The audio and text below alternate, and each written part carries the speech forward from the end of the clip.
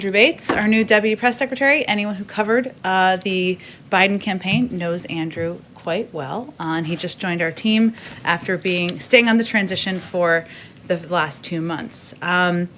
Okay, this Wednesday, the president will be laying out the first of two equally critical packages to rebuild our economy and create better paying jobs for American workers. He'll talk this week about investments we need to make in domestic manufacturing, R&D, the caregiving economy, and infrastructure.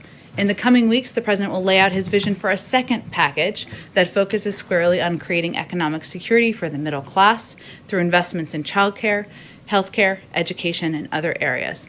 Throughout this process, we look forward to working with a broad coalition of members of Congress to gather their input and ideas and determine the path forward, create good jobs, and make America more competitive. I also note that he's doing this in Pittsburgh, where he launched his campaign for the presidency just 2 years ago. Today, the CDC also announced a 90-day extension of the federal eviction moratorium. The news was out earlier today. The moratorium was scheduled to expire on March 31st and is now extended through June 30th. The president is committed to supporting renters and small landlords through the COVID-19 crisis.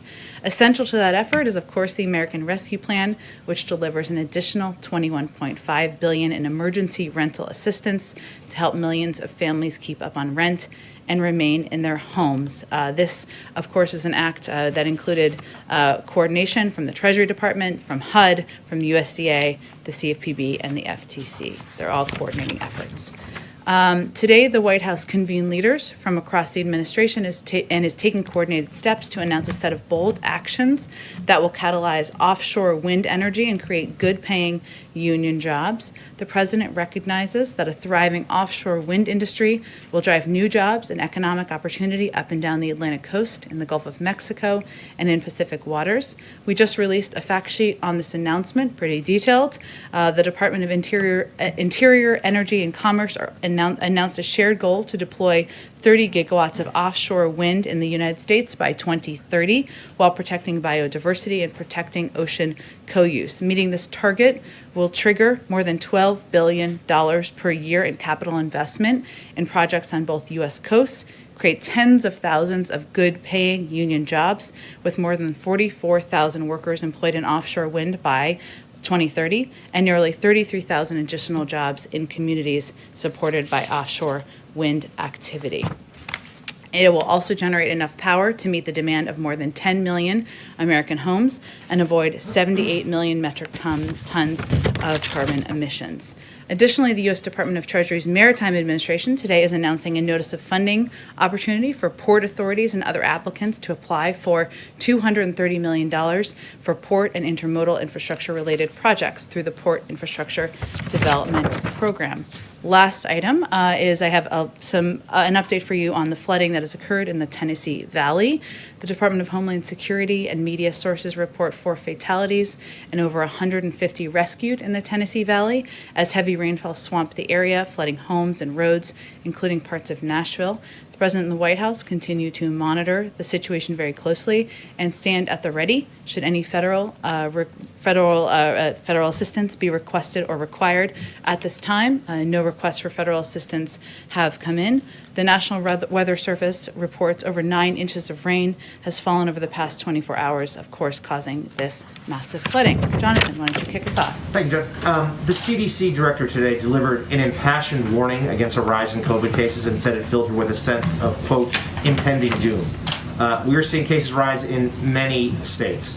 My question is, does the president plan out to reach directly to governors, including the Democratic governors of states like New York, New Jersey, and Michigan that are seeing real rises? Does he plan to ask them to slow down or pause them reopening their states? Well, Jonathan, we are in very close touch with governors of those states and states across the country, not only through our weekly governor's call that is led by our COVID coordinator, but through calls and engagements that happen through the course of the week and through the course of every day. And the president has not held back in calling for governors, leaders, the American people to continue to abide by the public health guidelines, whether they are mask mandates on federal land and buildings or on interstate travel, whether it's encouraging people to hand wash and abide by social distancing. He will continue to do that through all of his engagements and, of course, through calls he has with local officials. But we are in very close touch with leaders across the country. My follow-up to that is, but this is probably the most precarious moment the country's had in terms of the virus since the president took office. That's what, according to the CDC director today. Will the president not take that additional step to get to talk to governors and ask them to slow down reopenings? Well, Jonathan, the president uses every opportunity he can, whether it's publicly, through every interview, through nearly every public engagement he has. He has remarks later this afternoon, as you know, on COVID, providing an update on our effort to defeat the virus.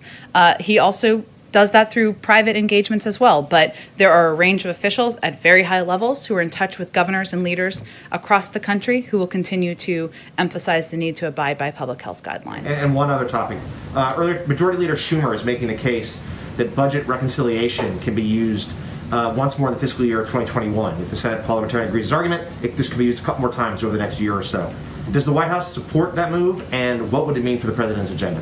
Well, the White House and the president will leave the mechanics of bill passing to Leader Schumer and other leaders in Congress.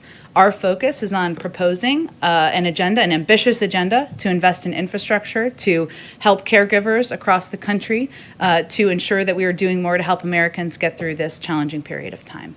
Go ahead. Thanks, Jen.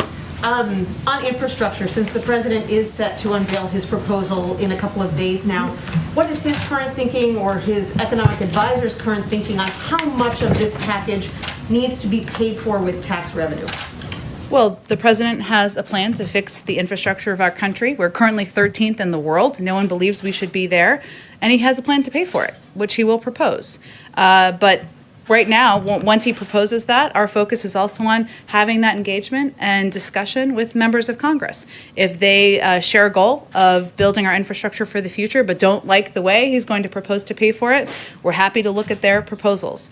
If they don't want to pay for it, I guess they can propose that too. Maybe they don't support infrastructure spending. So the president has an ambitious goal. The most important thing is to figure out how to put forward the investments in our much needed in our infrastructure. What's irresponsible is not to address the urgent needs of that investment, but the means and mechanisms of paying for it. We look forward to presenting his plans, but also hearing proposals for others who may have a difference of view. Is there a concern that if you don't pay for enough of it, that it'll have a drag on the economy, specifically by increasing the debt and deficit? Well, again, he's going to have a plan to pay for it. I'm sure that if there are proposals out there that are differing from his in terms of what they will cover, we'll have that discussion. But he, of course, believes that investing in our infrastructure, continuing to create good-paying union jobs is front and center. But he also believes that we have an opportunity to rebalance, to address our tax code that is out of date, and some could pay more in our country that are not currently. And on that front, just a clarification, last week you said the tax increase threshold for the president is $400,000 a year, both for individuals and households. Is that correct? Yep. And what does the White House say to moderates who might be concerned that hiking the corporate tax rate to, say, 28% will be a drag on growth? We haven't seen evidence in that from economists, but if they have alternative proposals to how to pay for investing in our nation's infrastructure, rebuilding our roads and our railways, and putting Americans back to work, we're happy to hear it.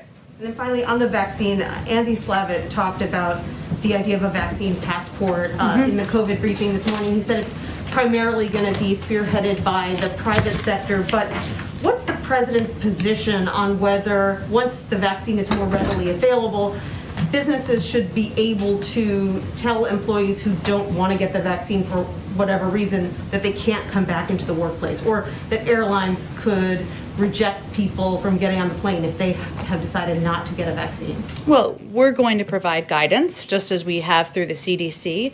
There's currently an interagency process that is looking at many of the questions around vaccine verification. And that issue will touch many agencies, as verification is an issue that will potentially touch many sectors of society, as you have certainly alluded to. That's guidance we'll provide. We expect, as Andy Slavitt, I think, alluded to, that a determination or development of a vaccine passport or whatever you want to call it will be driven by the private sector. Ours will more be focused on guidelines that can be used as a basis. And there are a couple key principles that we are working from. One is that there will be no centralized universal federal vaccinations database and no federal mandate requiring everyone to obtain a single vaccination credential. Second, we want to encourage an open marketplace with a variety of private sector companies and nonprofit coalitions developing solutions. And third, we want to drive the market toward meeting public interest goals. So we'll leverage our resources to ensure that all vaccination credential systems meet key standards, whether that's universal accessibility, affordability, availability, both digitally and on paper. But those are our standards. It's currently going through an interagency process. We'll make some recommendations, and then we believe it will be driven by the private sector. And when do you anticipate those guidelines will come out? I don't have a timeline to provide you at this point, but it's obviously something we're working through, and we want to provide that clarity to the public.